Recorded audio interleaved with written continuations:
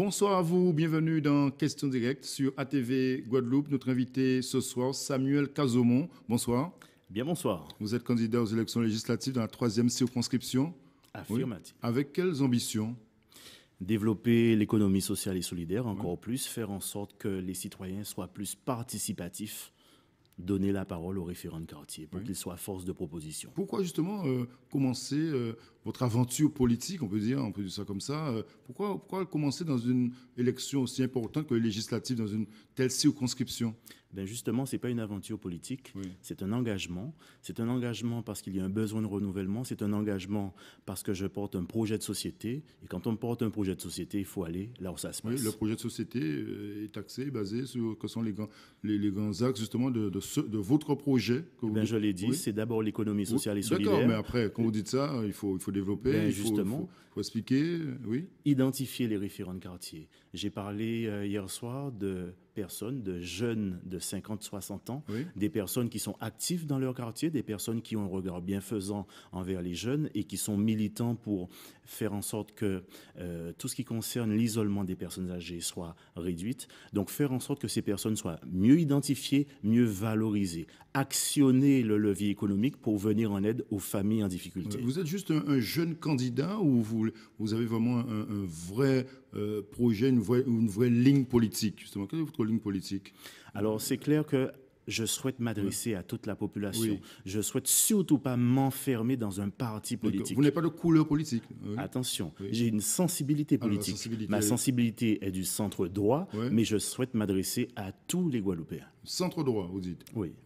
Et ça voudrait dire que vous avez une équipe derrière vous, avec vous, pour justement vous accompagner dans cette aventure aujourd'hui? Eh bien justement, pour cet engagement, il y a des personnes qui n'ont jamais fait de politique auparavant et qui font bloc derrière moi. Dans cette détermination qui est la mienne, il y a des personnes qui sont en train de me rejoindre jour après jour, puisque depuis que j'ai déclaré publiquement ma candidature, je peux vous assurer que des appels, j'en reçois à l'appel. Des élus, par exemple, qui vous soutiennent déjà?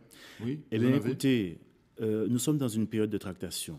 Et dans cette période-là, il y a un dialogue qui se fait en sous-marin. Donc, laissons les choses se faire sereinement. Et je peux vous assurer que d'ici quelques semaines, j'aurai des choses tangibles à vous dire. Oui, des choses tangibles. Ça n'a pas été plus efficace de commencer, par exemple, par être candidat à une élection municipale, par exemple à Bémao, dans la circonscription, non? Vous avez vu grand tout de suite? Non. Je souhaite aller là où je serai le plus efficace. Et c'est pas la même chose. Le but pour moi, c'est pas de me perdre en chemin. Le but pour moi, c'est pas de me diluer dans cette nature politicienne. Le but pour moi, c'est aller directement là où je peux être compétent. Oui. Comment analysez-vous aujourd'hui, Samuel Cazomon, la situation de la Guadeloupe, la société guadeloupéenne aujourd'hui? Comment vous l'analysez, vous, le candidat aux législatives? Alors, je vois que c'est important, c'est peut-être plus facile pour d'autres personnes de suivre un candidat national au niveau des présidentielles. C'est pas ce choix-là que j'ai fait. J'ai fait le choix de me tourner vers ma population. J'ai fait le choix d'être à l'écoute des Guadeloupéennes et des Guadeloupéens qui souffrent. J'ai fait le choix de me tourner vers des personnes qui sont porteuses de solutions. Donc, c'est pas la même stratégie. Forcément, j'analyse la situation économique et sociale de la Guadeloupe comme étant grave. Mais sur un plan national, les choses sont encore plus graves. La France va rentrer dans un tournant où, sur un plan européen, sur un plan international. C'est votre vécu professionnel qui vous oblige à analyser la situation mais bien sûr, mais pas que. De toutes les manières, mon vécu professionnel, ce n'est pas qu'un simple métier, être directeur de l'école de prévention et de civisme, c'est un vrai engagement. Et pour moi, le but aujourd'hui, c'est dépasser cette entité économique que j'ai fondée et de rayonner sur toute la Guadeloupe. Mais pour cela, il faut porter une impulsion au niveau national. Oui, vous voulez un vrai changement de la classe politique, j'imagine, vous, le jeune candidat. Que pouvez-vous dire aujourd'hui, justement, à tous ces jeunes qui vous regardent, aux abstentionnistes, les gens qui ne vont pas voter régulièrement, pour vraiment les convaincre? C'est quoi votre discours? Le rendez-vous des résultats. Oui. Sans mandat, j'ai pu faire un certain nombre de choses. Le rendez-vous des résultats. On a une jeunesse qui demande des actions concrètes. On a une jeunesse qui en a marre des fausses promesses. Vous savez, quand je ne peux pas faire quelque chose, je dis clairement, voilà, je vous regarde dans les yeux et je vous dis clairement, c'est pas à ma portée. Mais quand c'est quelque chose qui m'est accessible, eh bien, j'irai à l'arracher. Et je peux vous assurer que cette impulsion positive dont je parle, ça m'est accessible. Si vous êtes élu député au mois de juin prochain, quels seront les dossiers que vous comptez défendre au sein de l'Assemblée nationale? Dites-vous bien que mon leitmotiv, c'est l'emploi via l'économie sociale et solidaire. Ça veut dire participer à une loi qui pourrait changer les choses. Bien choses. sûr, mais bien sûr, parce qu'aujourd'hui, c'est pour ça que je dis non au revenu universel. Je dis non à l'assistanat. Par contre, j'embrasse et de manière chaleureuse la valorisation par l'activité. Il n'y a peut-être pas de travail à tout instant, mais il y a de l'activité pour tous. Et ça, c'est mon engagement. On est en pleine campagne présidentielle. Il y a le discours, par exemple, du jeune Emmanuel Macron, qu'on dit un jeune qui arrive avec de nouvelles idées. Vous reconnaissez à travers ces idées, même si vous êtes du centre droit?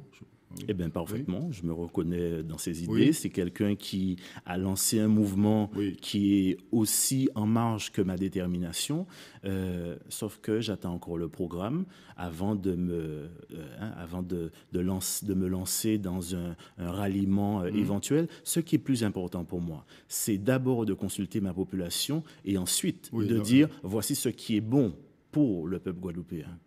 Donc vous dites, vous êtes plus proche d'Emmanuel Macron que de François Bayrou, que de François Fillon, par exemple. Tout à fait, c'est ça. Emmanuel Macron, c'est... Alors, non seulement je me sens proche de sa démarche parce qu'elle est innovante, elle est audacieuse et elle est rafraîchissante, on va dire ça comme ça, mais sur le plan des idées, quand Emmanuel Macron dit sur un plan scolaire, eh bien, il faut mettre le paquet sur l'éducation et faire en sorte de réduire les effectifs dans les quartiers difficiles, là, j'adhère parfaitement. Lorsqu'il dit...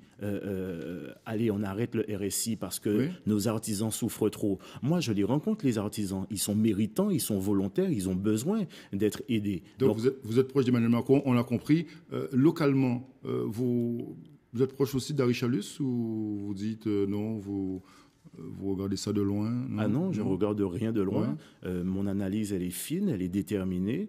Je suis très proche de l'équipe municipale en place. Je suis très proche de l'équipe de Madame Polifonte. C'est une femme déterminée, verticale, qui donne un bon exemple à la gente féminine guadeloupéenne. C'est important qu'il y ait des femmes qui soient regardées avec respect, avec honneur. Donc nos jeunes femmes... Je vous ai posé la question sur Harry Chalus. Oui, mais c'est la même équipe. C'est la même équipe. Harry Chalus, c'est président de région. Mais il n'y a pas de souci. De toutes les manières, quand je parle d'économie sociale et solidaire, je suis bien conscient que la compétence régionale en matière économique, forcément, sera nécessaire pour créer le consensus. Sauf que moi, je veux être l'homme de l'impulsion, l'homme du consensus, l'homme du dialogue. En Guadeloupe, on a besoin de dialogue serein et apaisé. En plus, dialogue serein et apaisé. Vous êtes proche de la municipalité de Bémao, comme vous dites, d'autant plus que Harry Chalus, le député sortant de la 3e circonscription, ne sera pas candidat. Donc pour vous, c'est un allié déjà, la municipalité de Bémao? Comme je vous l'ai dit tout à l'heure, cette période de dialogue en sous-marin, il faut laisser faire les choses de manière sereine. Vous savez, moi, j'aborde cette élection de manière très posée. Monsieur Chalus connaît ma démarche. Monsieur Jocelyn Sapoti aussi. Je souhaite vous lancez des appels déjà? Non, je ne lance aucun appel. Je lance aucun appel puisque je veux parler à tout le monde. La Guadeloupe, on a marre des personnes qui parlent uniquement à un camp. Moi, je souhaite parler à tout le monde. Je suis dans une démarche. Merci Samuel Cazomon d'être venu ce soir sur ATV évoquer votre candidature aux prochaines législatives. Merci encore. Bonne soirée sur ATV et surtout bon week-end à lundi.